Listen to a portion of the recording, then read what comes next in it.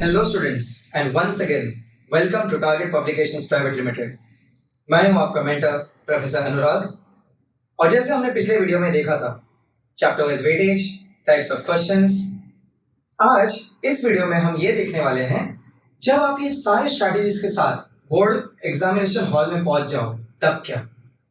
तो the first thing students जो हम यहाँ पे देखने वाले हैं वो है exam format strategies.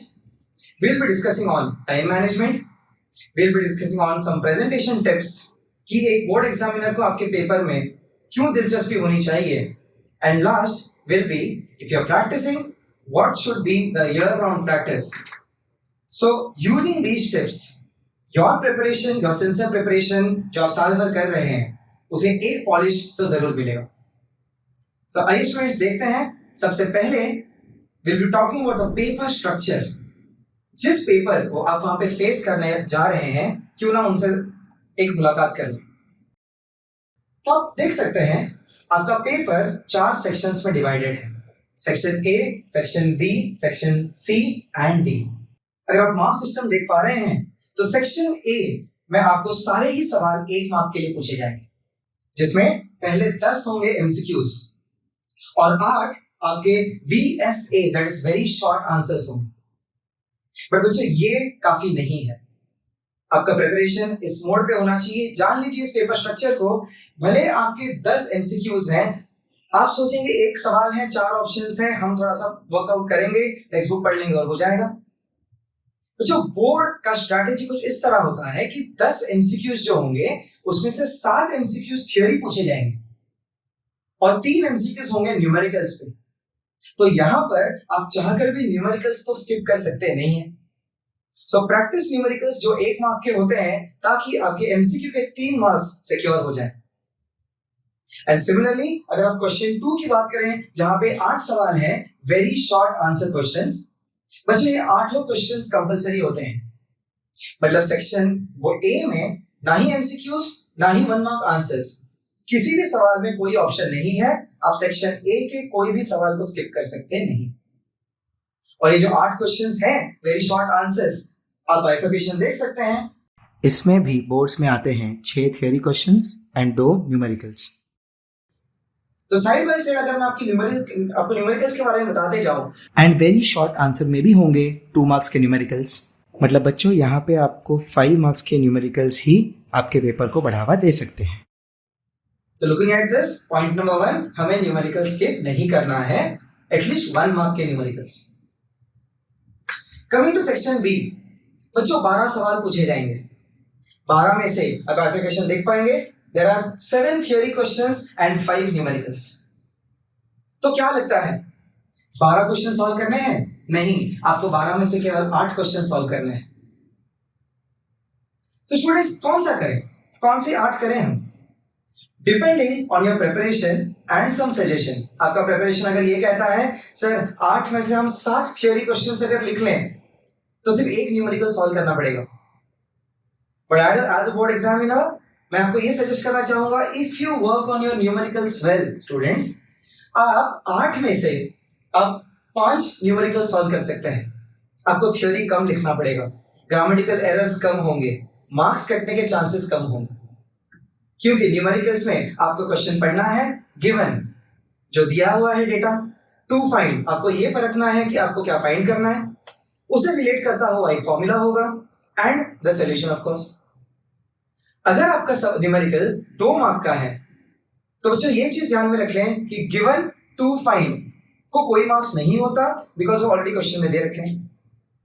Formula, solutions, correct substitution and correct answer with logarithmic calculation will give you your full marks।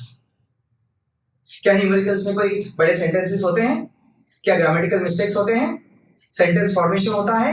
क्या 2 मार्क के न्यूमेरिकल्स के लिए 4 पॉइंट्स लिखने पड़ते हैं? क्या न्यूमेरिकल्स में डायग्राम्स होते हैं? तो बच्चों आप ये सारी चीजें बचा लेते हैं अगर आप न्यूमेरिकल्स पे फोकस करते हैं। और सिर्फ यहाँ पे क्यों, अगर आप कॉम्पिटिटिव एग्जाम्स की भी तैयारी कर रहे हैं तो सारे ही तो न्यूमेरिकल्स हैं, तो क्यों ना प्रैक्टिस को एक किकस्टार्ट दे दें with numericals, right? So in section B you will have 12 questions, जिसमें से आपको 8 लिखने हैं, जिसमें से आपके 7 क्वेश्चंस थियरी पूछे जाएंगे एंड 5 न्यूमेरिकल्स। अगर आप 7 थियरी क्वेश्चंस लिखते हैं तो 1 न्यूमेरिकल सॉल्व करेंगे, लेकिन अगर आप 5 न्यूमेरिकल्स ही सॉल्व कर देते हैं तो केवल 3 थियरी क्वेश्चंस आपको लिखने पड़ेंगे। सेम स्ट्रैटेजी एग्जैक्टली आप रेप्लिकेट कर सकते हैं सेक्शन सी में। Again section C will have 12 questions और 12 में से बच्चों हमें 8 सवाल के जवाब लिखने हैं। क्वेश्चन पेपर में पूछने का स्ट्रैटेजी अब भी वही है, 7 theory and 5 numericals. The only difference between section B and section C is section B में सारे सवाल 2 मार्क के होंगे और section C में सारे सवाल 3 मार्क के होंगे। So you'll have 16 marks for section B, 24 marks for section C. Coming to the last part, the last section of your paper, you have section D, जिसमें आपको 5 सवाल पूछे जाएंगे और 5 में से आपको 3 सवाल लिखने हैं। अगर आप यहाँ पे देखें, you will have A B और A B और A B और A B और A B. ये 5 सवाल में से आपको कोई 3 लिखने हैं students. What is A and what is B? हो सकता है कि 4 मार्क्स का जो एक क्वेश्चन है उसे 2 पार्ट्स में डिवाइड किया गया हो। A will be theory, B will be a numerical, मतलब वो 2-2 मार्क्स के हो जाए। तो अगर ये पेपर पैटर्न फॉलो होता है तो आपको सेक्शन A में 1 मार्क क्वेश्चन, सेक्शन B में 2 मार्क क्वेश्चन, सेक्शन 3 में 3 मार्क्स क्वेश्चन और सेक्शन डी में आपको फिर से 2 मार्क्स के क्वेश्चन है। हार्डली कभी ऐसा होगा कि आपको एक सवाल 4 मार्क के लिए पूछा जाएगा। बोर्ड का पैटर्न ये कहता है अगर ये फॉलो हो सकता है तो you will have each question of 2 marks in A and B. बच्चों आपको क्या नहीं करना है, अगर आप पहला सवाल ए और बी लेते हैं और पहले सवाल का आप ए लेते हैं तो दूसरे सवाल का बी नहीं लीजिए। You have to complete A and B for one particular question. और इस तरह आपको 4 क्वेश्चंस सॉल्व करने हैं। आई होप आपका पेपर स्ट्रक्चर के बारे में कोई अगर डाउट्स होंगे तो अभी क्लैरिफाई हो चुके होंगे। Coming to the time management strategy. Physics में अक्सर हम सुनते हैं कि सर पेपर बहुत लेंदी है या पेपर खत्म नहीं हो रहा। So some questions of this sort, is your paper very lengthy? The answer is a big no. Second, sir, इस पेपर आउट ऑफ सिलेबस सब बाहर का आया था। Should that be possible? The answer is again a big no. तो कैसे समझेंगे हम पेपर लेंदी है, टाइम कैसे मैनेज करना है? तो students let me take you to the science behind it कि एक पेपर बनता कैसा है। सबसे पहले आप ये जान लीजिए कि क्वेश्चन पेपर बनाया जाता है आपको सपोर्ट करने के लिए, आपको चैलेंज करने के लिए नहीं। And when a question paper is made, कुछ चीजें ध्यान में रखी जाती हैं, जैसे अगर आपका 1 मार्क क्वेश्चन है, जैसे हमने सेक्शन ए के बारे में बात किया था, every 1 mark question should take 1 minute to write. तो सेक्शन ए जो है उसमें आपको 18 क्वेश्चन है जो 1 मार्क के हैं। उन 18 क्वेश्चन में से 10 question MCQs, 8 question very short answers. So 18 questions of 1 mark, 1 minute each will give you 18 minutes. Section B, every question is for 2 marks. जैसे हमने पहले देखा, आपको कितने सवाल करने हैं? 8 क्वेश्चंस आपको करने हैं। तो स्टूडेंट्स, क्वेश्चन पेपर इस तरह डिजाइन किया जाता है कि 2 मार्क का कोई सवाल हो तो उसे लिखने के लिए आपको 3 मिनट इन्वेस्ट करना है पर क्वेश्चन। तो इस तौर पे अगर आपको 8 क्वेश्चंस लिखने हैं, 8 3s are 24 minutes for section B. Section C, which will carry 3 marks, every question is given 5 minutes to be written. So 8 questions of 3 marks each, right? And every question of 5 minutes. I hope you are with me for the calculation. And here you will have 40 minutes for section C. And similarly, section D, अगर हर सवाल 4 mark का है, will give 10 minutes for each question. With 10 minutes, you have 3 questions, you will come up to 30 minutes. Right? So students, you can pause this video, go through this again, write it down, क्योंकि इससे आगे आप जब भी 1 mark के सवाल लिखेंगे, ध्यान में रखिए वो 1 मिनट में लिख लें। 2 मार्क के क्वेश्चंस को 3 मिनट ले, 3 मार्क के क्वेश्चंस को 5 मिनट ले, और 3 मार्क के ऊपर का अगर कोई क्वेश्चन होगा, है ना, which is 4 year obviously, आप 10 मिनट्स ले सकते हैं उस क्वेश्चन। और ये सारे को अगर आप सम अप करें तो आपका फिजिक्स का पेपर खत्म हो सकता है या बनता है 112 मिनट्स के लिए। और आप तो जानते ही हैं आपको फिजिक्स का पेपर लिखने के लिए दिया जाता है 180 minutes. So students 180 minus 112 68 minutes लगभग 1 घंटा पहले आपका पेपर खत्म हो सकता है। ये तो आइडियल लॉजिक हो गया, ये आइडियल मेथड हुआ, बट ये पॉसिबल भी है अगर आप आपका प्रैक्टिस इस सिचुएशन के हिसाब से रखें। तो स्टूडेंट्स जब भी प्रैक्टिस पेपर्स लिखें, हम सजेस्ट करना चाहेंगे कि सेक्शन बी अगर आप लिख रहे हैं, see to it that you complete section B in 24 minutes, see to it that section C you complete in 40 minutes, See to it that section D is again given 30 minutes. तो sir कौन सा section पहले लिखना है? Student that all depends on your practice, right? But do not include section with in sections. अगर मान लीजिए अपने पेपर में आप सोच करके गए हैं कि हम सेक्शन सी पहले लिखेंगे, सारे बड़े आंसर्स पहले खत्म कर देंगे, है ना? वो उसमें एमसीक्यूज नहीं होते, क्योंकि एमसीक्यूज अगर आपके गलत होते हैं तो सेम टाइम पे 1 मार्क डिडक्ट होता है। यहां पे अगर 3 मार्क का सवाल है और उसमें से 1 मार्क गया तो भी आपको 2 मार्क्स मिलता है। That gives an impression to the examiner. Again it depends on your practice through the year. If you are starting with section C, complete section C, then start with another section. लेकिन sir section C के 8 सवाल करते करते बीच में कुछ नहीं आया तो कोई बात नहीं, अंदाजा लेकर के स्पेस छोड़ दीजिए, come back and fill it.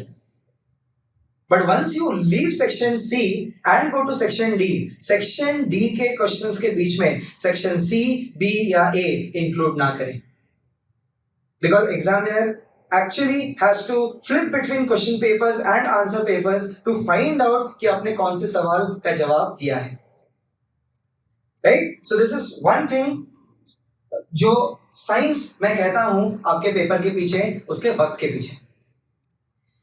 Next thing, let's have a look on your question paper. यह आपके बोर्ड का ओरिजिनल क्वेश्चन पेपर का एक पार्ट होगा।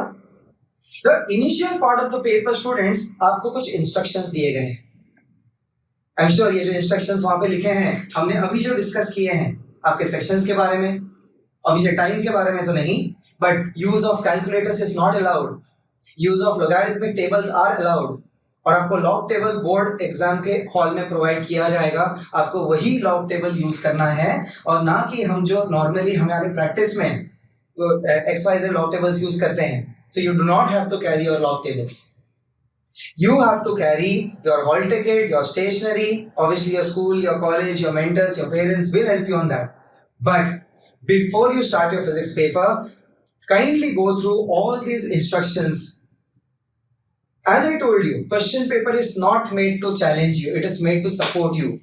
बच्चों आपके क्वेश्चन पेपर के लास्ट के पार्ट में you will also see, instructions के लास्ट के पार्ट में रहता है, कांस्टेंट्स और उसके वैल्यूज भी दिए गए हैं। If you pick up any board paper, you will see the set of instructions, right? हमें वो कांस्टेंट्स और वो वैल्यूज हमारे पेपर में यूज करना है। Do not directly start writing your answers, go through the instructions and follow the instructions to write a better paper as per the protocols of Maharashtra State Board. Further, ये तो हो गई paper की बात है। बच्चों प्रैक्टिस तो हम सारे ही करते हैं, but then as I told you, exam is not conducted to oppose you, to challenge you, it is made to support you. तो आपको एग्जाम फियर जो है होना ही नहीं चाहिए, क्योंकि वहां पे लोग आपको सपोर्ट करने के लिए रुके हैं। जो आप साल भर मेहनत कर रहे हैं या कोई बच्चे जो आखिरी में मेहनत करते हैं, but with that intensity, examinations are always there to support you. As I told you earlier, 68 minutes आपका बचता है पेपर खत्म करने से पहले। 180 मिनट्स का paper, if you remember in the previous slides you can C 180 minutes का paper है, 112 मिनट्स में खत्म हो सकता है, तो फिर क्यों 68 मिनट्स ज्यादा दिया जाता है? स्टूडेंट्स क्योंकि प्रैक्टिस के टाइम पे हम कोई चीजों को नजरअंदाज कर लेते हैं। जैसे घर पर जब आप फिजिक्स के डायग्राम्स और ग्राफ प्रैक्टिस करेंगे, आप कहेंगे घर पे प्रैक्टिस करते टाइम डायग्राम पेन में बना लिया तो भी क्या फर्क पड़ता है। But students when you go to your exams, आपको पेन में डायग्राम बनाना अलाउड नहीं है। आप एक फ्लो में पेन में तो लिखेंगे, लेकिन जब डायग्राम की बारी आती है, ग्राफ की बारी आती है, ध्यान से सुने इस चीज को, आपको पेन रखना है बाजू में, पेंसिल उठाना है, डायग्राम ड्रॉ करना है, स्केल यूज करना है, गलत हुआ है तो वापस इसे बाजू में रखकर आपको इरेजर उठाना है, उसे इरेज करना है, स्टेशनर इसको फिर जगह पे रखना है, फिर पेन उठाना है। क्या आपने आपके प्रिपरेशन के दौरान ये टाइम लैग कैलकुलेट किया है? नॉर्मली ये नहीं होता बिकॉज आप पेन में ही डायग्राम्स बनाने की कोशिश करते हैं, पेन से ही आंसर्स लिखने की कोशिश करते हैं, राइट? तो ये जो टाइम आप कैलकुलेट नहीं करते हैं, इसके लिए भी आपके पास 68 मिनट्स एक्स्ट्रा है, जिसके अंदर कम से कम 15 minutes, 10 to 15 minutes should be given to review your paper again. तो जैसे मैंने आपको टाइम फ्रेम पहले बताया, उस टाइम फ्रेम के अनुसार आपका पेपर कभी लेंदी हो सकता नहीं है, आपका पेपर कभी छूटेगा नहीं। Again students, it depends on your preparation, but we all know you all are working hard for the same, you have a targeted preparation towards the physics paper. The next thing is students, आपको पता है कि अगर आपकी किसी friend का birthday party है और आप एक हैंडमेड कार्ड देना चाहते हो ताकि वो इंप्रेस हो, तो बच्चों समझिए आप क्या करने की कोशिश कर रहे हैं। आप अपने दोस्त को इंप्रेस करने की कोशिश कर रहे हो जो आपको ऑलरेडी जानते हैं, जिनके क्वालिटीज आपको पता है, जिनको आपके क्वालिटीज पता है। लेकिन आपका पेपर एक ऐसा ग्रीटिंग कार्ड है उस एग्जामिनर के लिए जिनको आप जानते भी नहीं। तो अगर आप अपने फ्रेंड्स को इंप्रेस करने के लिए इतनी मेहनत करते हैं और उसको इतना सजाते हैं, तो बोर्ड के एग्जामिनर को इंप्रेस करने के लिए उनके चेहरे पर एक मुस्कुराहट लाने के लिए आपको पेपर में आंसर्स के अलावा कुछ प्रेजेंटेशंस पे ध्यान देना जरूरी है। Drawing your margins properly, not drawing extra margins, using proper stationery. So first thing is use proper stationery students. Now what do I mean with this? Sir stationery तो वही होता है, पेन, पेंसिल, स्केल, इरेजर। हाँ, obviously वही होता है, but then you have to be used to your stationery. आप अगर नटराज के पेंसिल से साल भर डायग्राम्स बनाते हैं और सडनली उस दिन अप्सरा ब्लैक ले जाते हैं, आपको टेक्सचर में फर्क दिखेगा, शायद आप रिलेट नहीं कर पाएंगे। If you are writing with a brand A pen से, सेलो पेपर से आप लिख रहे हैं, लेकिन एग्जाम में जाने से पहले आप भूल गए, पेन घर पे छूट गया है और आप लेक्सीफाई लेकर चले गए, कलर इज ब्लू, लिखेंगे आप आंसर वही, but your hand is not used to the diameter of the pen or the pencil which you are not using regularly. And that is what I mean by use proper stationery materials. Right? So that you do not find yourself doing anything new in the examination hall. The next thing is underline keywords. A board examiner has a lot of papers, 350, 400 papers. And a limited amount of time to correct those papers. Why don't you help them? Your 58 minutes जो आपके बच रहे थे, आप इसके लिए use कर सकते हो। जब आप पेपर रिव्यू कर रहे हो, है ना, अंडरलाइन दोज वर्ड्स जिसे देख करके एग्जामिनर को समझ जाए आप क्या कहना चाहते हो। सी विद ड्यू कोर्स एग्जामिनर पढ़ता भी है, but why not help him more? So underline this keywords. जब डायग्राम्स बनते हैं students, draw proper boxes and label the diagrams. So when you draw diagrams, आपने पेज के बीच में डायग्राम बनाया, and diagram based questions are gift questions, जैसा मैं कहता हूँ। क्यों? आपको आंसर बाय हार्ट नहीं करना है, आपको डायग्राम समझना है, ठीक है? जैसा आप केमिस्ट्री में भी करते होंगे, बायोलॉजी में भी करते होंगे। डायग्राम को अगर आप डिटेल में पढ़ लेते हैं तो आप उसी से आंसर्स बना पाते हैं। So focus on neat and labeled diagrams, which again gives a very good impression. But the thing to be noted here is, जब भी आप डायग्राम्स बनाते हैं, let all the labels be on one side, say towards the right of it. Draw proper lines, and very important, you can focus on what I'm saying now. जब आप arrows बनाते हैं students, let the arrows point towards the diagrams and not away from the diagrams. अगर आप arrows towards the diagram बनाते हो और वहां पे नाम लिखते हो, तो you are directing the eye of the examiner. आप एग्जामिनर के नजर को नाम से उस डायग्राम तक ले जाते हो, यू आर डायरेक्टिंग इट, ना कि उससे दूर। You have to pull the attention of the examiner towards the diagram and not away from the diagram. Right? तो अक्सर हमें लगता है सर हमने पेपर तो लिख दिया, पता नहीं मार्क्स कहाँ कटे। यही जो छोटी छोटी चीजें हैं जो हम इग्नोर कर लेते हैं प्रिपरेशन के दौरान, मार्क्स कट जाते हैं if you are writing a technical paper. Again talking about technical paper, अगर आप न्यूमेरिकल सॉल्व करते हैं students, write proper units. And ऐसे proper units, 11th standard units और मेजरमेंट्स में आपने एक थियरी पढ़ा होगा, units should not have plural forms. Units अगर किसी के नाम हैं, वो आपको स्मॉल लेटर से स्टार्ट करने हैं, जैसे newton, ampere, joule. You can not start it with capital letters. अगर आप उसका इनिशियल्स लिखते हैं तो ही आप कैपिटल्स यूज करेंगे। प्लूरल फॉर्म्स यूज नहीं करेंगे, right? Students, take care of this technical terms, right? Coming into 12th standard आप न्यूमेरिकल्स करते हैं, यूनिट्स लिख भी देते हैं, लेकिन अगर टेक्निकली वो यूनिट सही नहीं होगा, मार्क्स कटने के चांसेस होते हैं। Now coming to your year round practice, आपको करना क्या साल भर है या बचे हुए वक्त में आपको क्या करना है? The first thing is practice derivations. See, आप घर से कॉलेज रोज जाते होंगे और रास्ते में आप काफी सारे लोगों को देखते होंगे। क्या हम सबके चेहरे याद रहते हैं? नहीं, क्योंकि आप उसे गो थ्रू कर रहे होते हैं। लेकिन अगर उसी वक्त रास्ते में कोई अनोखा चीज आपको दिख जाए, एक व्यक्ति जो अनोखे कपड़ों में होगा, वो तो आपको जरूर याद होगा। Which brings me to the concept students कि हमें अगर चीजें याद रखनी है, हमें चीजों को आम से खास बनाना जरूरी है। फॉर एग्जाम्पल, अगर आपको किसी ने सडनली पूछ लिया, बताओ जून महीने में कितने दिन होते हैं, तो कहीं तो लिखा नहीं है, लेकिन आप ऑटोमेटिकली आपके लेफ्ट हैंड के नकल्स देख लेते हो और कहते हो जनवरी, फरवरी, मार्च, अप्रैल, मई, जून। क्या ये कोई कंसेप्ट है? क्या ये कोई थ्योरी है? ये याद रखने के तरीके हैं। और वैसे ही याद रखने का एक तरीका होता है writing. So students, please do not go through derivations. मैं तो सब देख कर आ गया। आप अगर सब एक साथ देखते हो, आपके ध्यान में नहीं रहता, ठीक उसी तरह जैसे रास्ते में आप सब चेहरों को देखते हो लेकिन सारे याद नहीं रहते। सो प्रैक्टिस डेरिवेशंस, लिखना उसे।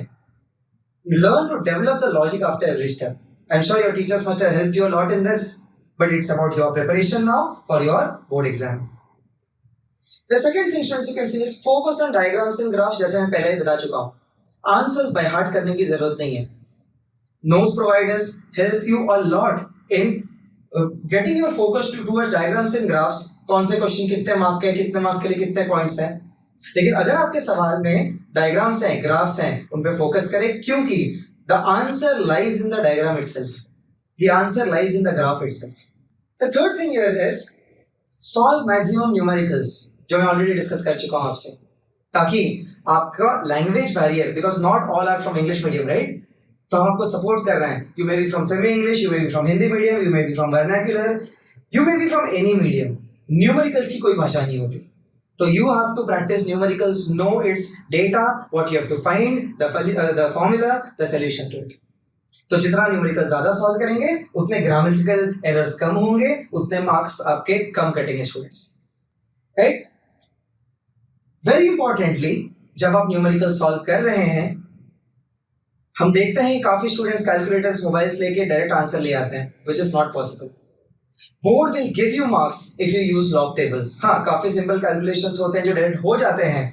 You may not use log table, but use of logarithmic table makes your calculation very easier and simpler. More importantly, it will give you accurate results, right? So take guidance from your teachers of how to use a log table efficiently and use it that impresses the examiner technically. बच्चों, ये physics एक technical subject है। Do not try to use easy words always. हाँ, कभी आपको कोई word अगर बहुत ही पेचीदा लगता है तो आप यूज कर सकते हो, बट टेक्निकल टच होना बहुत जरूरी है, right? So technical touch in answers, technical touch in numericals, technical touch in diagrams and graphs is very important. Again, use proper stationery. As I told you, if you are not practicing with your proper stationery, you will not be able to perform with proper stationeries. अगर आपको युद्ध में जाकर तलवार चलाना है तो आपको तलवार सीखना पड़ेगा, तलवारबाजी आपको सीखनी पड़ेगी. So you have to use your stationery while practicing also, and not only during your performance in the board exam. क्योंकि आप जो चीज प्रैक्टिस करोगे वही चीज आपके परफॉर्मेंस में दिखेंगे. There is no doubt about it. So students, this was all about your physics exam and the exam strategies. हमने पहले वीडियो में चैप्टर के बारे में बात की है, अलग अलग चैप्टर्स, उसके मार्किंग सिस्टम्स, उसका वेटेज. हमने अलग अलग टाइप्स ऑफ क्वेश्चंस के बारे में बात की है, graphs, diagrams etcetera. And in the second video, we went through a tour of how to write your paper, starting with paper दिखता कैसा है, पेपर में सवाल कैसे आते हैं, उसे अटेम्प्ट कैसे करना है, कौन से सवाल को कितने मार्क्स हैं, आपका पेपर कितने जल्दी खत्म हो सकता है, बचा हुआ वक्त जो है वो आप किन किन चीजों के लिए यूटिलाइज कर सकते हैं. प्रैक्टिस के लिए चैप्टर्स के अलावा आपको खुद में भी कुछ परिवर्तन लाने हैं, जैसे स्टेशनरी का यूज हो गया and other things. So with all these things We at Target Publications are always with you to transform your lives and your paper at its best. We wish you all the best for your upcoming exams, and anytime you need, we'll always be there. Thank you.